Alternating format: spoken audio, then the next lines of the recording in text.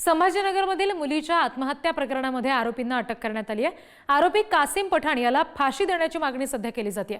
सकल हिंदू समाजाकडून रास्ता रोको आंदोलन सुद्धा यासाठी करण्यात आलेलं आहे। कासिमसह 7 जणांवर गुन्हा दाखल झालेला आहे।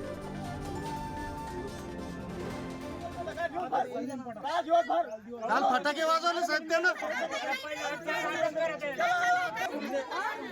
हे सगळे फटाके वाजवले। या सगळ्या संदर्भात तपशील घेऊयात प्रतिनिधी सुमित पवार यांच्याकडून। सुमित, काय नेमकं सध्या घडतंय संभाजीनगर या सध्या प्रकरणामध्ये? नक्कीच विधी छत्रपती संभाजीनगर शहरालगत असलेल्या ओव्हर जटवाडा रोड येथील एक 16 वर्षीय तरुणीला गावातील कासिम पठाण हा गॅरेज मेकॅनिक धमक्या देत तिला त्रास देत होता। त्यामुळे नाईलाजास्तव त्या तरुणी त्याच्या जाचाला कंटाळून आत्महत्या केल्याची घटना घडली होती।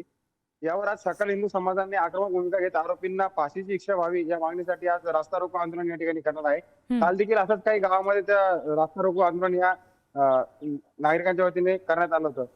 त्यामुळे आता आज अस्वल टिपण या ठिकाणी सकल हिंदू समाजाच्या वतीने रास्ता रोको आंदोलन करण्यात येणार आहे विधी, आणि आरोपींना फाशी शिक्षा अशी मागणी आहे। निश्चित सुमित, धन्यवाद दिलेल्या या सगळ्या तपशिलांसाठी।